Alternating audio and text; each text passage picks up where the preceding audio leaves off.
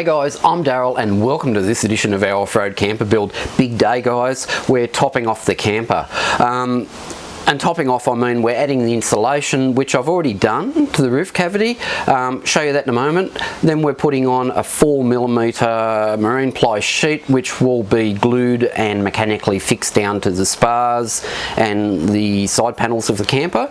And I've gone through that in a previous episode. That adds structural rigidity to the box, and as I said then, I originally thought I could get away with that and save a little bit of weight there. However, looking at how structurally rigid it then made the camper shell, it's a good thing, especially if you're using it on dirt roads and the like, which this thing will be used on. Over the top of that, we're then gluing down our 3mm composite panel, which is the same gloss black as the back of the camper. And that's all of our cladding done. So before we get into that, I've actually stepped back and looked at what opportunities have I missed. And that means that once we button up the top of the camper, we don't get access to that roof cavity. So running wires through the roof then becomes, I can't do that. Putting the mechanical fixing points for like the roof rack, I can't do that anymore. So I've gone and looked at some commercial caravans and camper trailers to see what they've done that I haven't, and something that I may want or need. There's a want and need thing. There's always that. We always have wants and needs. But anyway, so item one is a 12-volt external point on the living side of the camper. And I was looking at it and then thinking, oh, with a teardrop or a square drop type of thing, because you don't have living inside and it's just a nice big bedroom, you generally have an awning of some description, and we'll have a 270-degree awning with some walls. And I notice a lot of people use a run of fairy lights or the like to give a bit of low light ambience to the area. And it was like, oh, it'd be really nice to be able to plug that in without having to open the hatch or the door to run a cable in. And then it all made sense, and it was like, oh yeah, I need to do that. So what I've done is I've bought the exact same fitting. It's a Nava fitting that the caravans that I looked at use. They point that downwards, which means that water ingress isn't easy, but it is an external point, and it does have a rubber cap that goes over the two USB points. So that means that we can plug in fairy lights, we can plug in a phone or external speaker if we want to charge that, or the like. So good idea, and it was well worth having a look. The other item I've done is I've put in two attachments, like I did with the side supports for the roof rack, a little bit further along the awning attachment side. And I've been looking at the 270-degree awnings, and packed up they're about 2 meters to 2.2, the ones I'm looking at anyway, because I don't want an overly large one. And that's nearly the whole length of the flat portion of the camper. And I just figured, oh, I think I need another bracket a little bit further along than what I've got with the roof rack supports. So I've put in two 10mm bolt attachments through the side of the camper, and put the steel plate on in the roof cavity like I have with the others. So they were good things. Now the third item, which I think is a really cool little gadget, is to have a reversing camera / rear view camera on the back of the camper. And it adds the safety aspect if a child runs behind you, or you know, you're off road and you're backing up because the track's come to an end, and I don't know, there's a tree branch behind you, or you're going to drop down into a big hole. It also lets you see who's tailgating you on the freeway. It's just a good safety aspect. And there's a couple of ways I can go with this. I can buy a bespoke system, which is a rear view camera on the back of the camper, run a cable into the vehicle, and you generally have a 5 or 7 inch screen that can be removable, and as a standalone system they're pretty good. Now my issue with that is I already have a big Alpine Halo 9 unit in there, and a phone mount, and I just didn't want another screen. So I've bought a switchable camera unit for the Alpine Halo unit. That gives me front and rear cameras on the Jeep, and a side camera output, which is an RCA output, where I can run that back to the back of the camper and use that. So look out for an install video on that in the Jeep in the next episode or two. So if those three 3 things done. I can't think of anything else that I want to do, and I'm sure I will once I top this thing off. But anyway, famous last words. Let's look at topping off this camper. We'll have a look at the insulation that's already done, and then we'll put down our plywood sheets. Why do I make things complicated? Why do I lose all my control? I keep on letting my bad habits make us both come crashing to the floor. Something to save us, close but we're strangers.